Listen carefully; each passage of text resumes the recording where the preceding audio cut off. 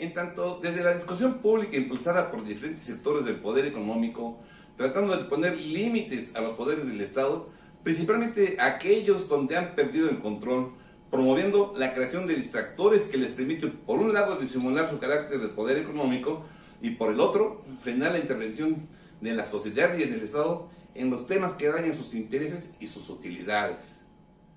Esto con la creación de nuevos términos o figuras jurídicas que buscan utilizar como herramientas o arietes para preservar sus privilegios, disfrazándolas de legalidad con la creación de dos nuevos y difusos conceptos: los órganos autónomos y los órganos reguladores. Hablemos un poco del marco teórico partiendo del principio surgido durante el absolutismo del siglo XVIII, donde el monarca concentraba todo el poder y este solo era responsable ante Dios, y donde surge la tesis de que si el poder no es limitado, esto lleva al abuso y a la arbitrariedad.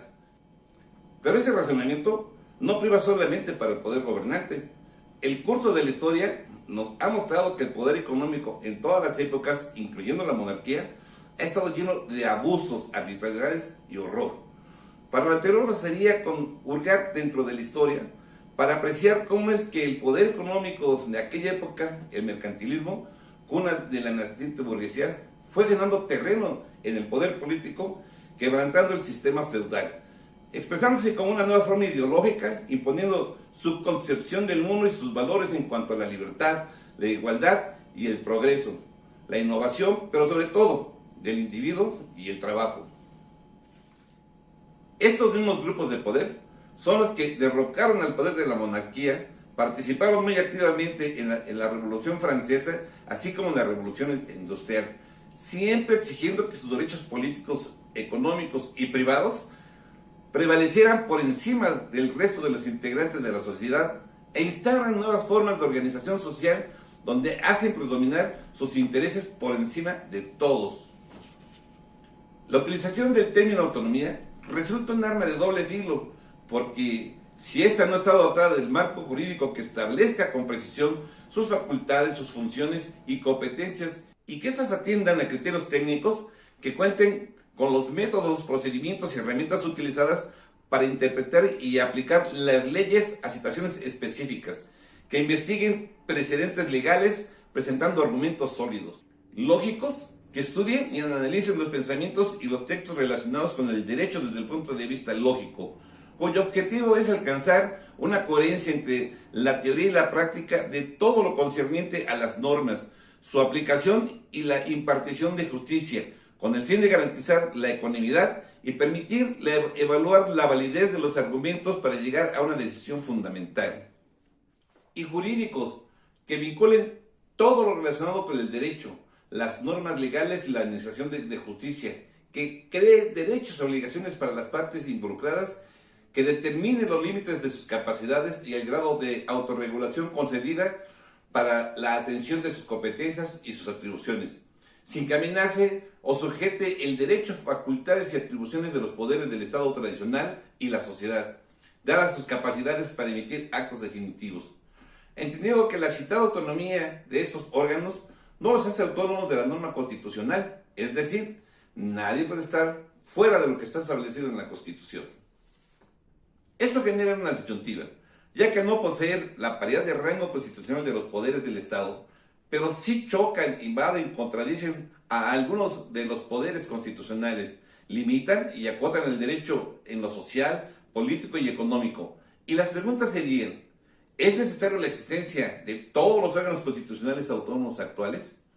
¿En dónde colocarlos dentro del marco constitucional y legal ante la falta de definición clara de la autonomía de estos órganos, así como de sus atribuciones, funciones y competencias, ya que estas chocan con la de los poderes clásicos del Estado buscando imponerse? Es claro que la complicidad de los políticos con el poder económico, que se convierten en los verdaderos mandantes de servidores públicos corruptos, legisladores serviles colocados a modo, así como de los partidos políticos que los postulan, esto nos hace recordar la referencia en el discurso de Adolfo López Mateo en la nacionalización de la industria eléctrica, y cito: Les devuelvo la energía eléctrica, que es de exclusiva propiedad de la nación, pero no se confíen, porque en años futuros algunos malos mexicanos identificados con las peores causas del país intentarán por medios sutiles entregar de nuevo el petróleo y nuestros recursos a inversionistas extranjeros. Ni un paso atrás fue la consigna de don Lázaro Cárdenas al nacionalizar nuestro petróleo. Solo un traidor entrega su país a los extranjeros. Resulta una falsedad que dentro de los pesos y contrapesos para lograr el balance de la democracia entre los partidos, los poderes tradicionales, grupos económicos sociales, que la creación de los órganos constitucionales autónomos y órganos reguladores resulte en una vía de conciliación, en tanto de manera facciosa existan esas asociaciones de corrupción con el poder económico dominante. Nuestra Constitución ha sido modificada 420 veces en un periodo de 1988 al 2018, en tan solo 30 años, y ninguna de estas modificaciones fueron en beneficio de nuestro pueblo y la nación. Clara muestra de esas complicidades corruptas que han traicionado y causado un daño irreparable a la soberanía nacional, el pueblo de México y nuestros recursos. Hay quienes afirman que estos órganos representan la evolución de la teoría clásica de la separación de poderes y que tienen la finalidad de controlar los poderes tradicionales por la fuerte presencia que en ellos, en el gobierno o en los congresos o parlamentos, tienen los partidos políticos, sin mencionar la fuerte y poderosa intervención de los grupos económicos que tradicionalmente se ha ejercido en el curso de la historia. Es decir, que su principal objetivo es despartidizar a todos estos para el correcto funcionamiento del Estado, puesto que son órganos técnicos de control que no se guían por intereses partidistas o coyunturales, como si los poderosos grupos económicos no tuvieran un peso fundamental. Por lo que deben ser órganos independientes de los poderes tradicionales, de los partidos políticos y de grupos y factores reales de poder. Todo un sueño ideal, pero en realidad son los poderes y económicos y del mercado los que predominan en estos procesos de despojo nacional a través de los partidos políticos. A estos poderes son a los que hay que acotar.